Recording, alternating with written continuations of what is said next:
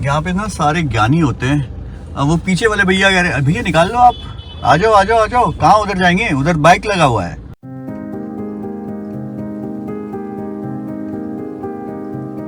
So good morning guys, welcome back to the channel. So फिलहाल हम कर रहे हैं अपना 360 चेक। यहाँ पे इसको माउंट से कनेक्ट कर दिया है। अब बहुत डर भी लग रहा है बिकॉज यार नया 360 और 40,000 रुपए का यार।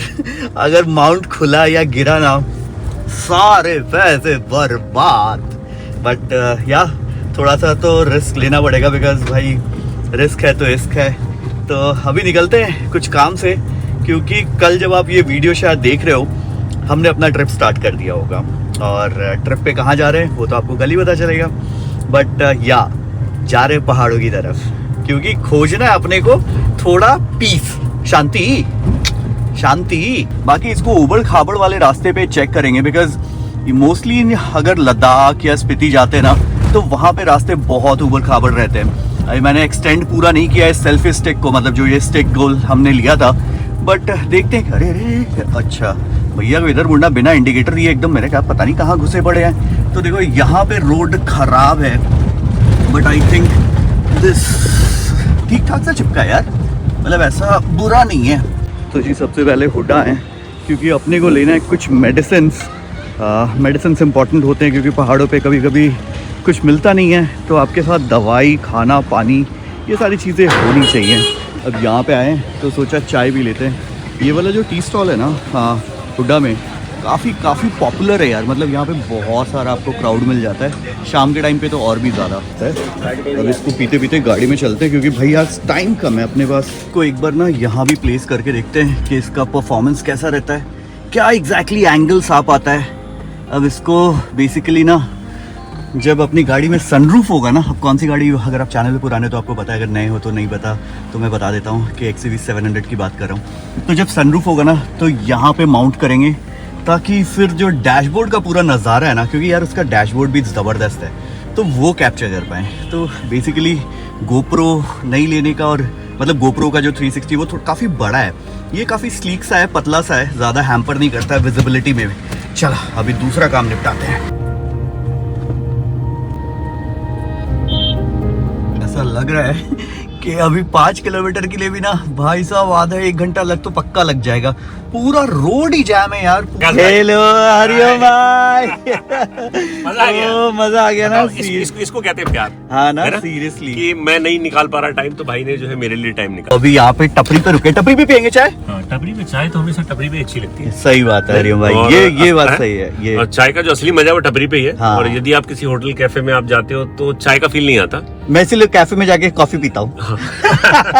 धूप में कितनी गर्म हो गई ना। हाँ थैंक यू विकास भाई। अरे कैसी बातें कर रहे हो यार हरिओम भाई। इसको कहते हैं प्यार दोस्तों का। यदि अच्छा हुआ तो चंदन से बात हो रही है मेरी, तो नेक्स्ट मंथ कहीं नंबर बनेगा तो हाँ नेक्स्ट मंथ तो नहीं, आई थिंक फेब में ना। हाँ फेब में चलते हैं, ज्यादा ठंडा हो जाएगा। हाँ बाकी हरिओम भाई ने भी XUV 700 बुक की है। हाँ बुक की है, लेकिन जो अभी हमारी और विकास भाई की बात हुई उसमें ये है कि इनकी गाड़ी शायद फरवरी या मार्च तक आएगी। वो उससे भी बाद आएगी। तो एक्सपेक्टेशन ही तो छोड़ दी है। मैं हिसाब लगा रहा हूँ तो जुलाई के बाद आएगी मेरी गाड़ी। हाँ। तो पता नहीं है, जब तक तो क्रेज ही खत्म हो जाएगा। क्रेज खत्म हो जाएगा तब तो रोड पे इतनी दिखने लगेगी ना, फिर मजा ही नहीं आएगा। फिर आपको लगेगा यार ये तो जस्ट अनदर कार है। बाय, टेक केयर, निकलता हूँ। ओके चलो जी, अब यहाँ से चलते हैं करोल बाग।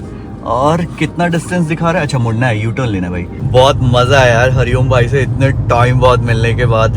वो बहुत बिजी है, बहुत ऑक्यूपाइड है अपने काम को लेके ना, तो मिलना थोड़ा हो नहीं पा रहा था। दो यार एक ही शहर में रह के ना, मैं भी ऑक्यूपाइड, मैं भी ट्रैवल, वो भी अपने काम और ऑफिस को लेके। बट यार ओ भाई साहब, करोल बाग, चांदनी चौक, ये सारे एरियाज ना आप दिन के टाइम पे आओगे तो भाई साहब क्या गंदा ट्रैफिक है। जैसे आप देख रहे हो ना ये सामने, बस ऐसे ही फंसे थे हम, ऐसे थे, खड़े थे एक जगह पे ऐसे चौराहे पे। सो अभी यहाँ पे कंवल भैया के शॉप पे जाएंगे और अपना जो स्टीरियो का सिस्टम नहीं चल रहा, एक्चुअली कंवल भैया से ही इंस्टॉल कराया था, तो उनको पता है कि वो वायर्स वगैरह कहाँ पे हैं, तो वो सारी चीज़ें सही करा लेते। यहाँ पे ना सारे ज्ञानी होते हैं। अब वो पीछे वाले भैया कह रहे भैया निकाल लो आप, आ जाओ आ जाओ आ जाओ। कहाँ उधर जाएंगे, उधर बाइक लगा हुआ है, उधर नहीं निकलेगा भैया। आप निकाल सकते हो, उधर काट सकते हो। गाड़ी तो हमने भैया को दे दी। हमने कहा कि भैया अभी तो क्योंकि एक थार आई हुई है तो वो उसका काम हो रहा है, कोई गाड़ी खाली होगी तो फिर आके गाड़ी यहाँ पे लगेगी।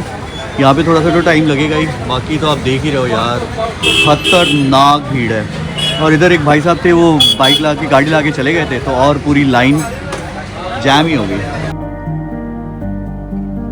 चाबी ना मैं गाड़ी के अपने साथ ही ले आया और कंवल भैया की शॉप पे आए, तो मैं इतने 1 महीने से सोच रहा हूँ ना आपके पास आने के लिए, तो अभी भैया को मैंने चाबी भेजा है क्योंकि गाड़ी वहाँ बंद होगी, अब तो स्टार्ट नहीं होगी, चाबी मेरे पास है। जब भी मैं भैया के पास आता हूँ ना, ये सामने ना छोले कुलचे वाला है, तो ये मुझे हमेशा दिख जाता है ना, तो मेरा मन करने लगता है कि यार के साथ ही चाय वाले से आगे छोले और डाल देना भैया, प्याज और छोले और डाल देना। हाँ इधर ही आजा चाय वाले से आगे बात करना सर। नहीं पैक ही खाऊंगा।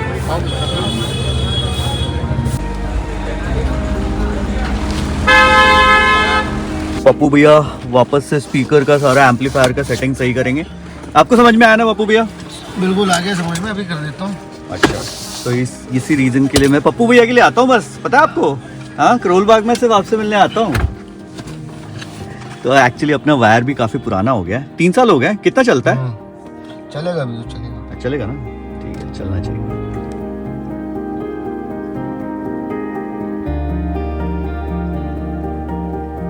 तो लास्ट टाइम भी अपना ना इधर से कुछ, अरे एक तार फिर से खुला हुआ है।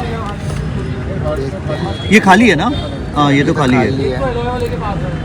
तो अभी तार के सारे ना वो चेक कर रहे हैं कि कहीं कोई तार फिर से लूज वूज तो नहीं है, चूहे ने तो नहीं काटा। वैसे चूहा तो अब नहीं है।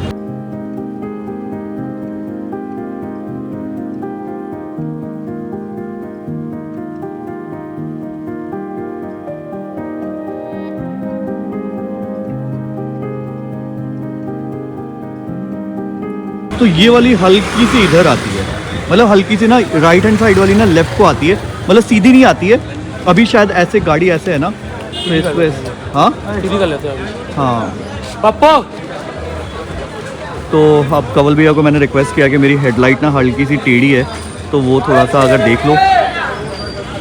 बाकी अपना स्पीकर तो सही हो गया यार।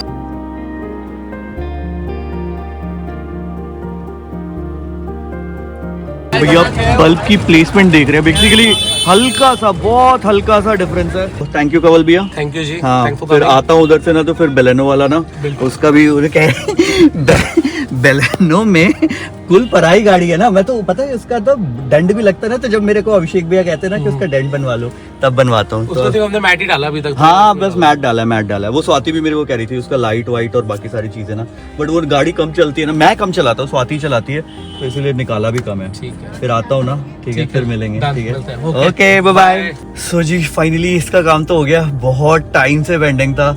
अब मेरे को क्या है ना कि यार हर छोटी चीज के लिए ना मैं कंवल भैया के पास आता हूँ, बिकॉज वो ट्रस्ट हो जाता है, प्लस एक रिलेशनशिप। तो ये चीज मैं गुड़गांव में भी करा सकता था, बट मैं सोचते ना 1 महीने निकाल दिया। तो अब निकलते सीधे यार यहाँ से घर। बाकी कंवल भैया थैंक यू, अगर आप वीडियो देख रहे हो, वैसे तो आप वीडियो देखते हो तो आप भी ऑटो म्यूजिक एम्पोरियम में आ सकते हो करोल बाग में। गूगल पे सर्च करोगे आपको कंवल भैया के सारा डिटेल मिल जाएगा। ना तो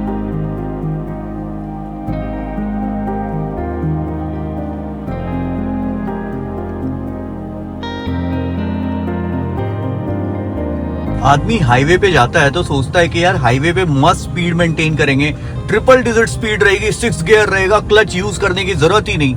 यहाँ तो अपनी किस्मत में ना भैया क्या ही बोलूं, ये देखो जैम लगा पड़ा है यार, आगे पूरा जैम लगा पड़ा है।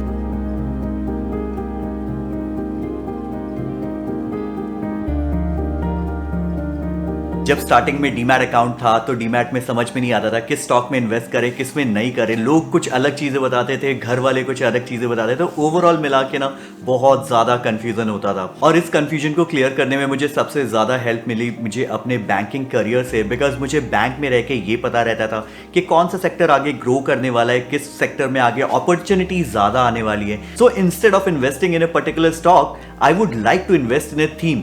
मुझे पता है कि इलेक्ट्रॉनिक व्हीकल का मार्केट आज से 10 से 15 सालों में बहुत इंक्रीज करने वाला है, because this is going to be the future. तो अगर मैं आज से उन कंपनीज में इन्वेस्ट करता हूं जो कि एक्चुअली लिंक्ड है इलेक्ट्रिक व्हीकल्स के मार्केट के साथ, चाहे वो उन कार मैन्युफैक्चरर्स हो गए या फिर उनके एंसिलरीज हो गए जो उनको कंपोनेंट प्रोवाइड कर रहे हैं, तो डेफिनेटली अगर इलेक्ट्रिक व्हीकल का मार्केट बढ़ रहा है तो वो कंपनीज भी उसके साथ ग्रो कर रही हैं। और आज हम अपने लाइफ में इतने ज्यादा ऑक्यूपाइड हैं कि इतना रिसर्च करने का टाइम हमारे पास नहीं रहता है। But then we have a solution for it, which is small case. What is small case? So basically, instead of investing in a particular stock, you invest in a theme. अब theme क्या है? Electric vehicle एक theme है, और अगर मुझे EV के theme में इन्वेस्ट करना है, then we have a small case called electric mobility small case, which is based on this theme. But what exactly is this small case? Small case exactly है क्या? So small case is basically flock of stocks of the companies which comprises in the ecosystem of electric mobility. ये वो companies हैं जो electric vehicles के लिए या तो बैटरीज बना रही है, या फिर ऑटोमोबाइल के पार्ट सप्लाई कर रही है, या फिर उनको आईटी सपोर्ट में हेल्प कर रही हैं. And these companies are expected to grow with the growth of electronic vehicle market. Particular small case में या तो मैं लमसम में इन्वेस्ट कर सकता हूं, या फिर मैं SIPs which is systematic investment plan के तहत इन्वेस्ट कर सकता हूं, so that I become the part of the growth journey. And just like electric mobility small case, we have a lot of small cases which is based around a idea or a specific theme which you decide to invest in. So I hope you have understood how you can start your investment journey using small case. Link of small case is there in the description box. Go check it out. Start your investment now, because the sooner you invest, the better it is.